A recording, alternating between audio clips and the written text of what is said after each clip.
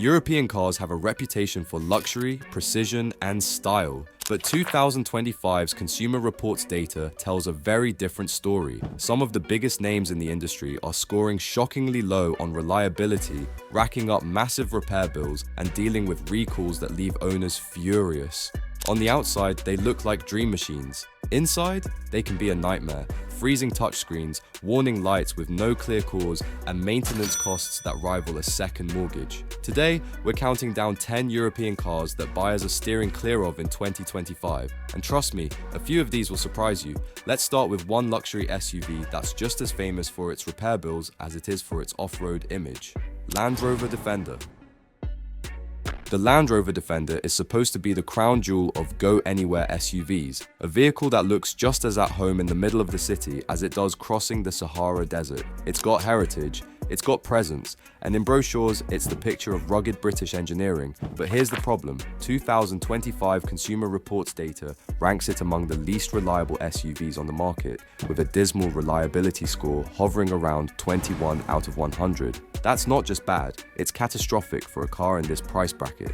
Owners have reported a laundry list of headaches: infotainment screens that randomly reboot mid-drive, advanced driver assist features that malfunction without warning, mysterious electronic gremlins that even dealers can't consistently fix, engines that throw error lights weeks after leaving the showroom. And if you think, well, it's a luxury SUV, repairs are probably covered under warranty. Sure, some are. But once you're out of warranty, it's game over for your wallet. 10-year ownership costs are pushing close to $20,000. And that's before you factor in the fact that parts aren't always in stock, meaning weeks without your vehicle. What's worse? Many Defender owners say it's not just the big-ticket issues, it's the constant little annoyances that kill the ownership experience. Things like rattles in the cabin, loose trim pieces, and doors that don't line up perfectly. When you're paying luxury money, these small flaws feel like big insults. The Defender may still look like a king in Instagram photos, but in 2025's real-world data, it's been dethroned. Porsche Taycan.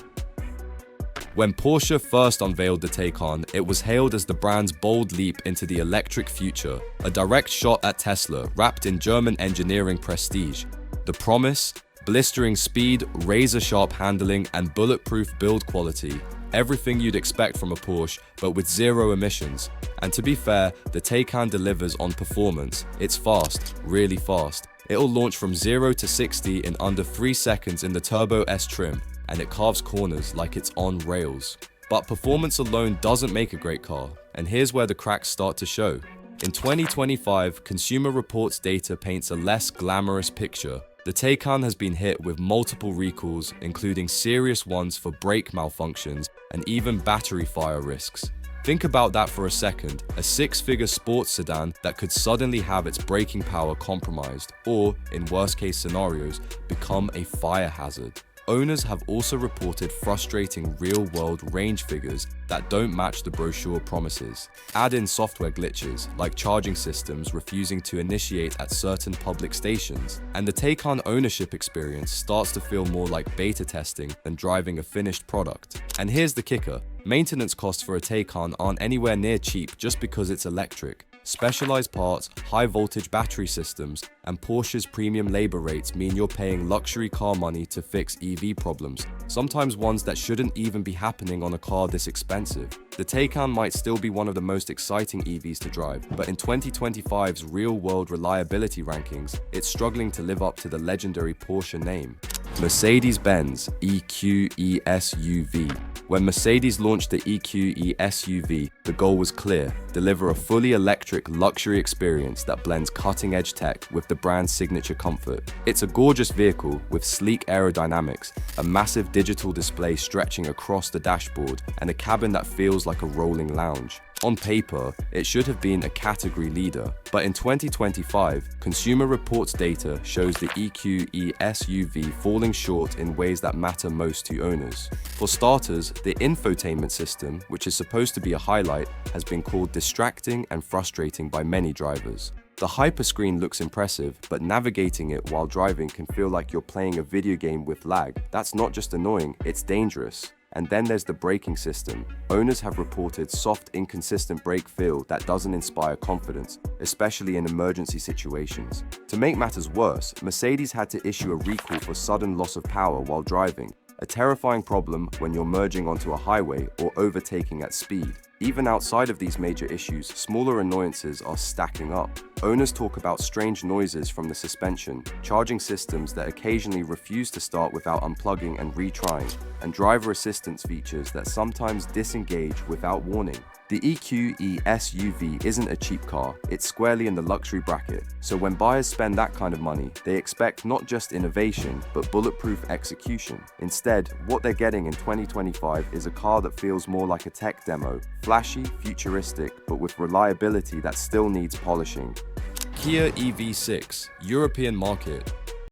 The Kia EV6 turned heads the moment it launched. Bold styling, long range, rapid charging speeds, and a surprisingly premium interior. For a mainstream brand, it was hailed as a game changer, and in many ways, it still is. But here's the catch. 2025 has been a rough year for EV6 owners in Europe. Consumer Reports data, combined with EU recall records, shows the EV6 getting dragged down by a massive wave of recalls, and the most alarming one involves the anti-lock braking system, ABS. The defect? A flaw that can cause electrical fires, even when the car is parked and turned off.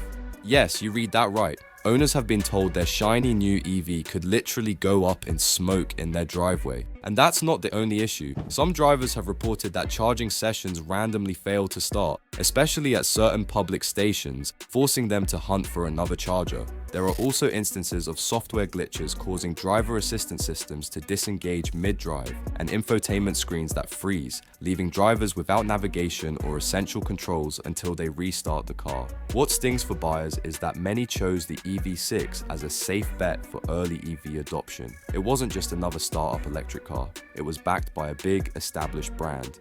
But when you're dealing with repeated recalls, repair delays due to parts shortages, and a growing list of owner complaints, it starts to feel like you're part of an extended test program rather than driving a finished, dependable product. Jeep Compass / Renegade / Stellantis. At first glance, the Jeep Compass and Renegade seem like the perfect blend of European practicality and American off-road spirit. Both are built on shared Stellantis platforms, with European assembly and styling tweaks aimed at urban buyers who still want that rugged Jeep badge. But here's the problem. 2025 Consumer Reports data ranks these models among the worst for reliability, pulling in a miserable 21 out of 100 score.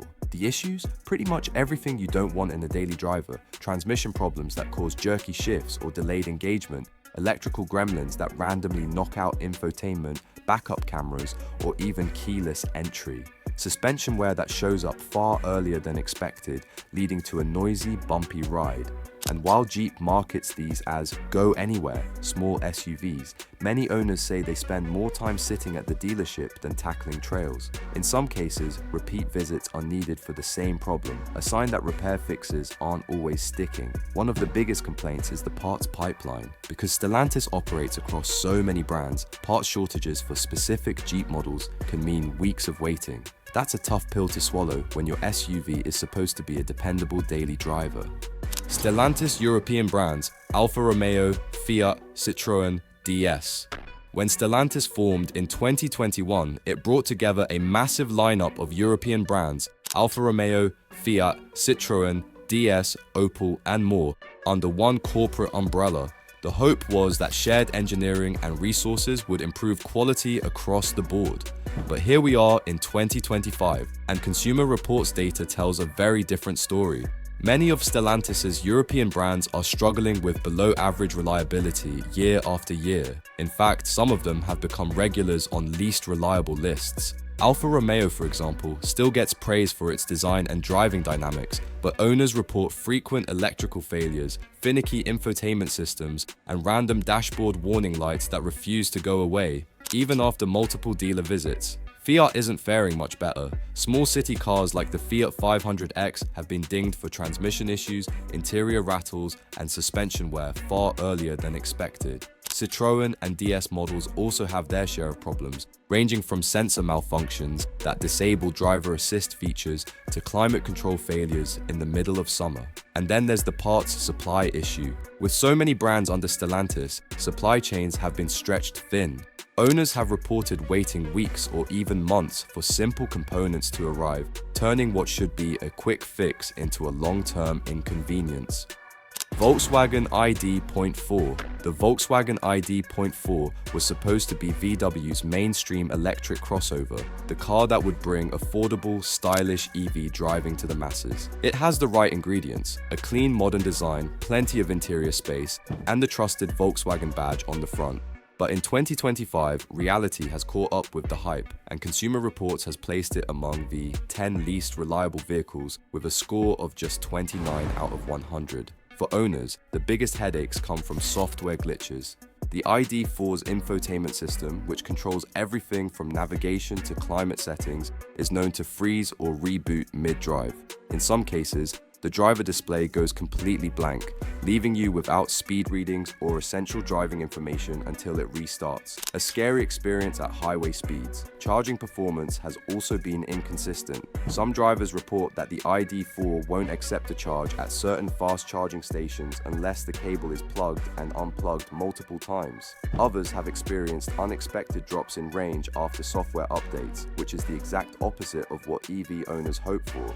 Then there's build quality. While it's not catastrophic, complaints about misaligned panels, rattling interior trim, and creaky seats are common enough to tarnish the ownership experience. For a brand that spent years rebuilding its image after the diesel emissions scandal, these reliability setbacks are a serious blow. Volvo XC90. Volvo has long built its brand on one word: safety. For decades, the Swedish automaker has been the go-to for families who want a comfortable, secure SUV with a touch of Scandinavian style. The XC90 fits that image perfectly on paper. 3 rows of seats, premium interior, and every driver assist feature you can imagine. But in 2025, Consumer Reports data shows the XC90 struggling with reliability, especially when it comes to its tech-heavy systems. The very features designed to make driving safer are sometimes the ones causing the most headaches. Owners report faulty driver assistance sensors that either fail to detect obstacles or throw constant false alerts. The climate control system, another key comfort feature, has been known to stop working entirely, sometimes in the middle of extreme weather. Infotainment slowdowns are also a common complaint, with laggy touchscreens that require multiple taps just to change a setting. It doesn't help that repair costs are steep once the warranty expires. Specialized parts and labor for Volvo's high-tech components mean even a relatively minor repair can leave a big dent in your wallet. For many longtime Volvo fans, this is a tough pill to swallow. They still love the XC90's elegant design, its spacious cabin, and its impressive safety ratings. But when you're paying premium money, you expect a premium ownership experience, not repeated trips back to the dealership for software updates and sensor replacements. Alfa Romeo Giulia.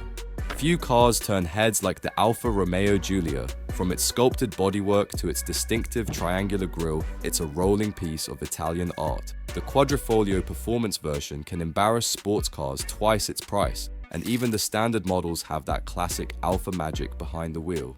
But here's the thing, owning a Giulia is a very different story from driving one. In 2025, Consumer Reports continues to rank Alfa Romeo toward the bottom of the reliability charts, and the Giulia is a prime example of why. Owners report persistent electrical gremlins, from malfunctioning driver assist features to infotainment freezes that require a full system reboot. Dashboard warning lights can appear out of nowhere, sometimes for issues that mechanics struggle to pinpoint. Transmission quirks, like sudden downshifts or delayed gear changes, are also on the list of common complaints. And while Alfa's dealer network offers plenty of charm, it doesn't offer the convenience or speed of bigger brands. Parts availability can be a nightmare, especially for less common trims, meaning even routine repairs might leave you without your car for weeks.